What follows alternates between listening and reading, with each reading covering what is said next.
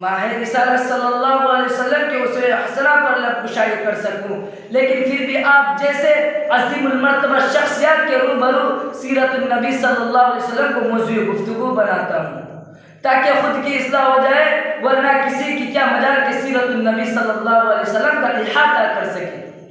جیسا کہ شاعر رسول صلی اللہ علیہ وسلم حضرت حسان رضی اللہ تعالیٰ عنہ کا شعر ہے جو انہوں نے اپنی مجبوری ظاہر کی، فرمایا ما ان مدحت محمدا بمقالتی ولکن مدحت مقالتی بمحمد۔ ترجمہ، میری یہ بساط نہیں کہ اپنے اشعار سے مدحت رسول کا حق ادا کر سکوں، ہاں میں نے ذکر رسول اللہ صلی اللہ علیہ وسلم سے اپنے اشعار کی ضرور مدح سرائی کی ہے۔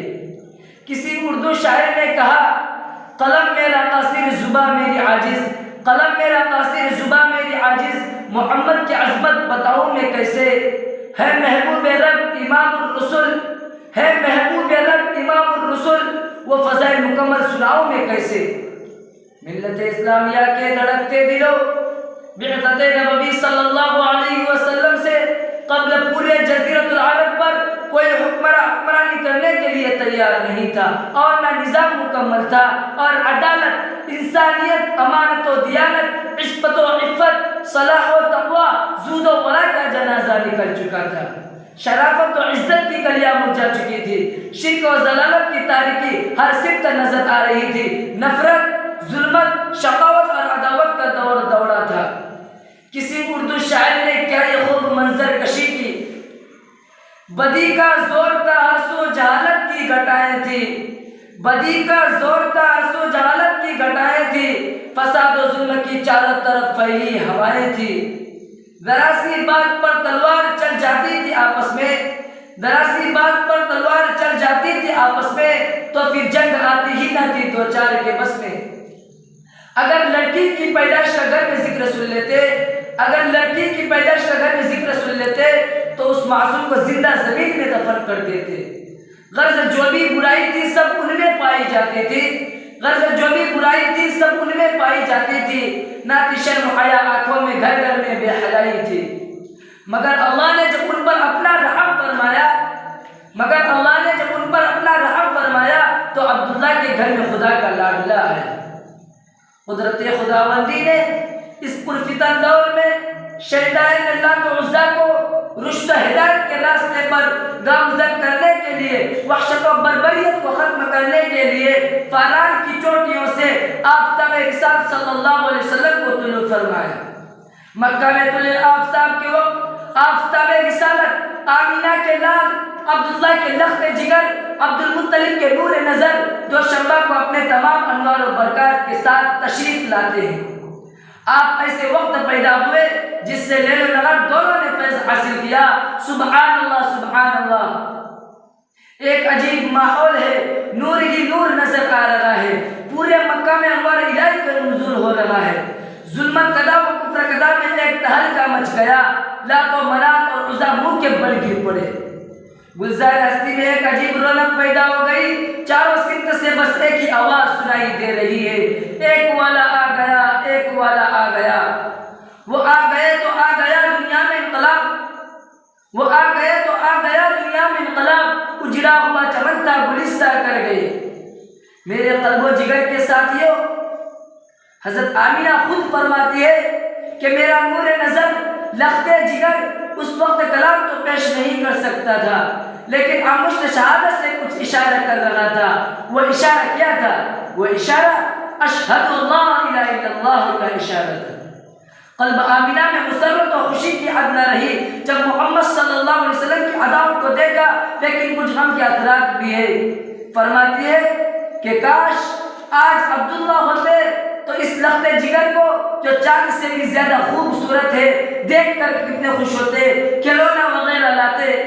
غیب سے آواز آئی ہے کہ اے آمینہ فکر مت کرو، میں اس کا رب ہوں، مربی بھی، استاد بھی، سب کچھ میں ہوں اس کا۔ اگر یہ بچہ کھلونا مانگے تو چاند کو کھلونا بنا دوں گا، اگر سیر و تفریح کو دل چاہے تو معراج پہ بلا لوں گا، اگر کوئی شہادت طلب کرے تو پتھروں سے بھی کلمہ پڑھا دوں گا۔ اس کے بعد عبد المطلب آتے ہیں، سوال کرتے ہیں، اے آمینہ کوئی نام سوچا ہے؟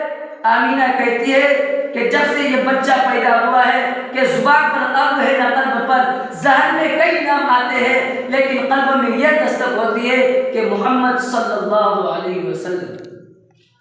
عبد المطلب نے کہا سبحان اللہ، اے آمینہ، اس نام کو اور اس نام کا بچہ میں نے پورے جزیرۃ العرب میں نہ دیکھا اور نہ سنا۔ آمینہ کہتی ہے آپ نے تو نام نہیں سنا ہوگا، اس جیسا بچہ بھی پورے جزیرۃ العرب ہی کیا پوری دنیا میں موجود نہ ہوگا۔ یہ وہ بچہ ہے جس کی تعریف خود رب کائنات کرتا ہے، وَرَفَعْنَا لَكَ ذِكْرَكَ۔ ملت اسلامیہ کے پاس والوں، آپ کا نام محمد ہی نہیں تھا بلکہ عنوان بن گیا تھا، آپ کو تمام محاسن کا ایک خوبصورت گلدستہ بنا دیا تھا۔ ہمارے نبی صلی اللہ علیہ وسلم کے اندر حضرت آدم علیہ السلام کی صورت تھی، حضرت شیخ علیہ السلام کی معرفت تھی، حضرت نوح علیہ السلام کی شجاعت تھی، حضرت ابراہیم علیہ السلام کے اخلاق تھے، حضرت اسماعیل علیہ السلام کی زبان تھی، اسحاق والی رضا، صالح والی فصاحت تھی، لوط والی حکمت، یعقوب والی بشارت تھی، موسیٰ والا جلال، ایوب والا صبر تھا، یونس والی اطاعت، یوشع والا جہاد تھا، داؤد والی خوشحالی، دانیال والی محبت تھی، الیاس والا وقار، یحییٰ والی عصمت تھی اور عیسیٰ والا زہد تھا۔ میرا نبی صلی اللہ علیہ وسلم سارے انبیاء علیہ السلام کا ایک خوبصورت گلدستہ تھا۔ اس کے بعد تقدیر علیمہ کی جاگیر رحمت کے بادل چھاتے ہیں، تقدیر علیمہ کی جاگیر رحمت کے بادل چھاتے ہیں، گھر جگمگ جگمگ ہوتا ہے، تشریف محمد لاتے ہیں۔ حضرت علیمہ پر نور صلی اللہ علیہ وسلم کو لے کر دبلی پتلی سواری پر سوار ہوتی ہے، یہ کمزور سواری کو محمد بن عبداللہ کی برکت سے قوت عطا ہوتی ہے اور قافلہ والا کے سواریوں سے آگے نکل جاتی ہے۔ سبھی حیرت زدہ ہوتے ہیں کہ حلیمہ کی اتنی کمزور سواری کو اتنی طاقت اور قوت کہاں سے مل گئی کہ وہ اتنی تیز چل رہی ہے۔ حضرت حلیمہ جب گھر پہنچتی ہے تو تمام گھر انوار و برکات سے پر تھا۔ سبحان اللہ، حلیمہ کی شان کسی شاعر نے کہا، محمد کی کہلائی مادر حلیمہ، محمد کی کہلائی مادر حلیمہ، تیری شان اللہ اکبر حلیمہ، تیری بکریوں کو وہ پانی پلائے جو ہے ساقی آب کوثر حلیمہ۔ دوستو، محسن انسانیت صلی اللہ علیہ وسلم جس طرح اخلاقاً و کرداراً خوبصورت تھے، اسی طرح حسن جمال کے اعتبار سے بہت خوبصورت تھے۔ حضرت عائشہ صدیقہ فرماتی ہے کہ حضرت یوسف علیہ السلام کو دیکھ کر ان مصر کی عورتوں نے اپنی انگلیاں کاٹ دی تھی، اگر وہ محبوب کبریا صلی اللہ علیہ وسلم کو دیکھ لیتی تو اپنے دل کاٹ دیتی۔ اگر میں حسن صفات و جمال و کمال ذاتی بیان کرنے کی کوشش کرتا ہوں تو شیخ سعدی رحمۃ اللہ علیہ کا شعر یاد آتا ہے، بلغ العلا بکمالہ کشف الدجا بجمالہ حسنت جمیع خصالہ صلو علیہ وآلہ۔ اس کے بعد کوئی سیرت نگار کوئی ادیب کیسے جرأت کر سکتا ہے اس عنوان پر بحث کی جائے؟ جب شمس و قمر نے خاتم النبیین، ختم الرسل، آقائے کل اور ہادی سبل کو دیکھا تو پکار اٹھے کہ سعلِ چمن کو اپنی بہاروں پہ نازتا، سعلِ چمن کو اپنی بہاروں پہ نازتا، وہ آ گئے تو ساری بہاروں پہ چھا گئے۔ برادران اسلام، محسن انسانیت صلی اللہ علیہ وسلم نے آدھے نبوت اور رسالت پر فائز ہوتے ہی اعلان حق کر دیا، لوگوں کو توحید اور ایمان سمجھایا، شرک و کفر کو مٹا کر وحدت و خداوندی کا بول بالا کیا، عداوت و نفرتوں کو صداقت و محبت میں تبدیل کیا، شیطانیت و ظلمت کی جگہ ایمان اور ضیاء کو لایا۔ آپ نے ایک ایسا انقلاب برپا کیا کہ جس کے نتیجے میں صحابہ کرام کی ایک مقدس جماعت تیار ہوئی۔ نبی اکرم صلی اللہ علیہ وسلم کی دعوت و تربیت کا یہ کمال تھا کہ آپ نے شرک قدا کو توحید قدا بنا دیا، کفر قدا کو عبادت قدا بنا دیا، راہزن کو راہبر بنا دیا، پورے جزیرۃ العرب کو گلستہ بنا دیا۔ اسلام کا پرچم چار سمت لہراتے ہوئے نظر آنے لگا۔ درسگاہ رسالت سے ایک مقدس گروہ نے تربیت پائی، پوری دنیا پر چھا گئے، انہوں نے حق کو پھیلایا، باطل کو مٹایا۔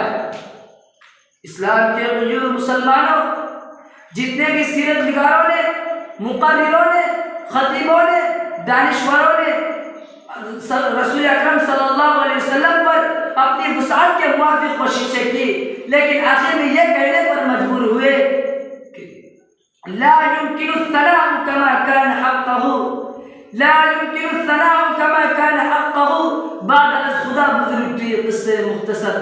اللہ تبارک و تعالی ہم سب کو حیات طیبہ کو نمونہ بنانے کی توفیق عطا فرمائے اور ہر ایک نیک کام کی ہمیں ہمت عطا فرمائے۔